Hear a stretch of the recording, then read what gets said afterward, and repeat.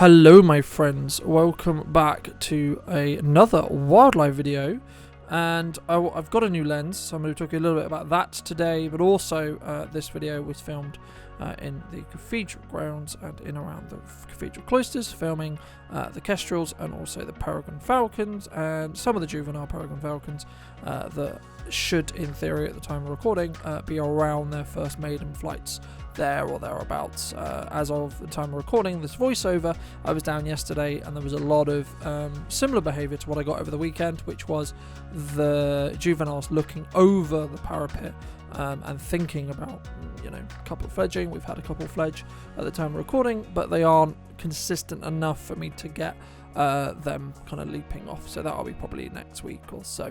But in this video I'm going to be shooting on a tele extended 150mm to 600mm Sigma f5 to f6.3, depending on how zoomed in you are.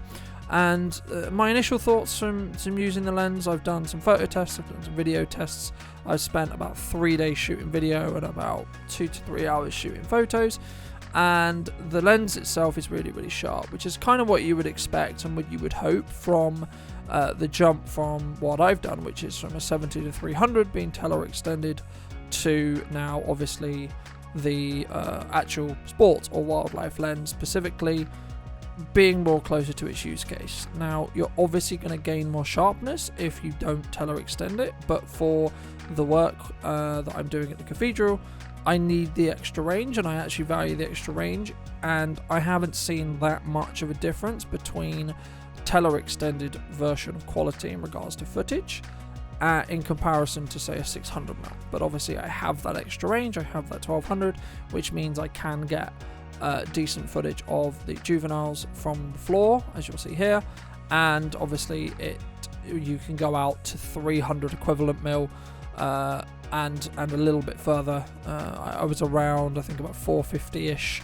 equivalency, maybe 500mm closing in or 600mm filming flight shots yesterday as well, as the parents were slightly slower at coming around the nest site, which meant I could obviously push in a lot more on them. My dream is to obviously get things like a food pass at 1200mm, etc. But something to think about when you are filming wildlife is how you plan to play that footage back. For me, I've seen a lot of people just say that you should film in 60 FPS all the time, and for what I've found is it does play back really strangely if you're not going to be slowing it down. So the logic I've followed in the last couple of films is try to shoot variation, so you've got, a mix between your wides, you've got some mids, you've got some tights on the animal. Specifically, in this case it would be a kestrel, which is a smaller part of the same raptor family, but smaller bird. But also the kestrels normally fly down lower than the Peregrine Falcons do, which means you can get, especially at 1200mm, you can get really, really close full frame images, which is great to have the ability to do so. And I haven't, as I say, I haven't seen that much drop in sharpness, if any at all, from using a 2x tele extender. The thing to be aware of though is, because you're going to have to stop down in light, because it takes an f5 or f4 lens somewhere around there, and you're going to have to go down to probably f5, maybe f8, etc., and then down. It means that everything you'll be seeing on the tele extender, so every dust part, every kind of scratch, if you unfortunately have a scratch on your element, anything like that will be seen. So in this, all this footage, you'll see there's a couple of points where there's this blue kind of circle, and that was basically created from a dust speck on the tele extender that just simply I didn't know, and I didn't really find and didn't really notice it until I, unfortunately or fortunately, depending how you look at it, had the sharpness of the tele extended 150 to 600. But there's been some quite interesting behaviour. I've got quite a lot of the footage that I was looking for from this weekend and into yesterday at the time of recording, which was kind of we're thinking about jumping semi-behaviour from the juveniles, the Peregrine Falcon juveniles that is, because they're getting very curious about what's beyond the nest tray, what's beyond the nest site, but I don't think they have necessarily the confidence or the ability yet to necessarily fly properly, so it's more controlled falling rather rather than actually flying.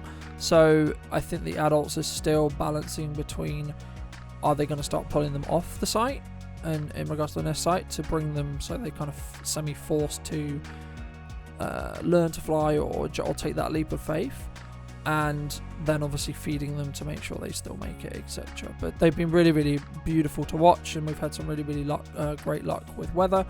And something you can do once you have 60 FPS footage like this is you can play it back at normal speed, but as I say, I found it's not as nice and doesn't look as nice from a motion blur point of view, which of course it wouldn't if you're going to use it at normal speed. So the only time I would think about it is if it's likely a bird's going to fly off and or flap its wings. There's some level of motion that you're looking to slow down to emphasize.